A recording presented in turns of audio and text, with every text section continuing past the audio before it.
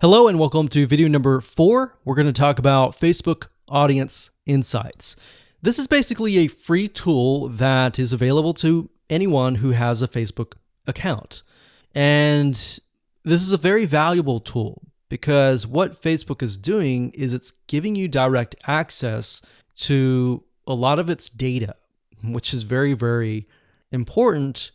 And it enables you to figure out a lot more about who you're targeting. So to give you some practical examples, let's head on over to the tool and show you all of it in action.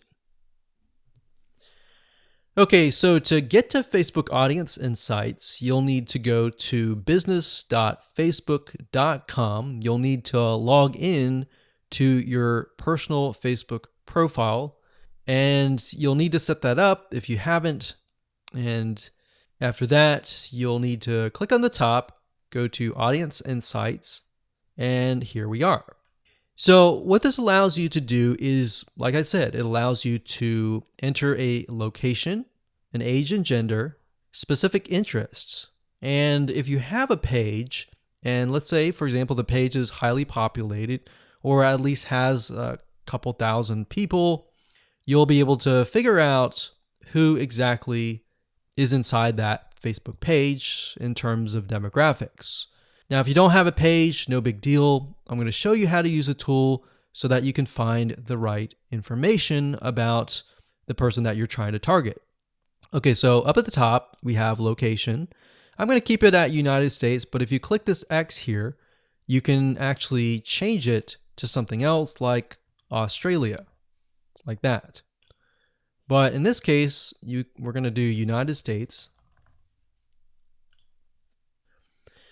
And the next thing you can do is age and gender. So if you're targeting a niche, let's say that is mainly women, then you're going to want to click women here.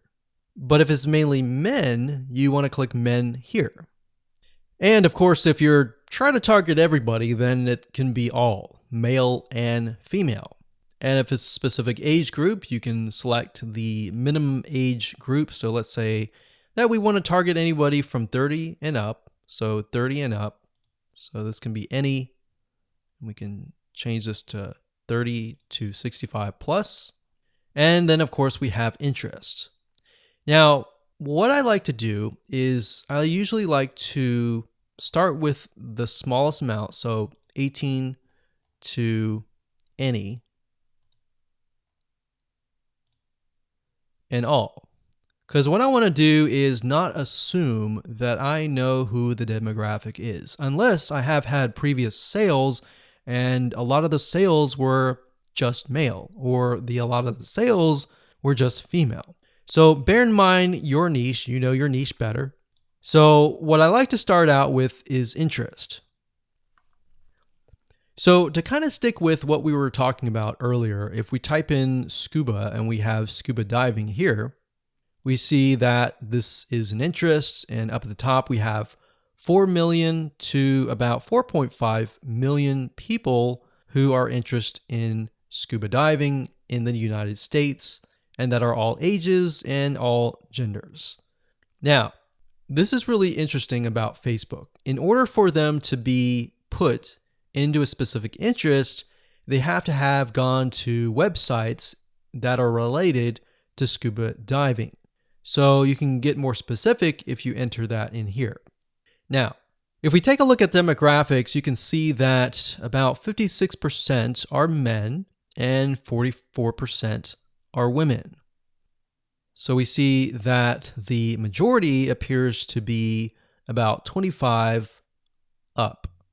So it's low here, it increases here, and then it decreases down here. So we can kind of gauge that the large amount of people in this interest are 25 to 34 or 25 to 44. Now, bear in mind that doesn't necessarily mean that they are buyers yet, but this helps you paint the picture. Now, if we scroll down a bit, we can see that the majority of these people that are interested in scuba diving are married, and they have at least a college education level. So this is a well-educated group. We can see that the job title. Now, if I scroll to the right here, this is important because it tells you which one of these are increasing rapidly. Now, we can see that production has the most. So it has 21%, and then it's got transport and moving, 13%.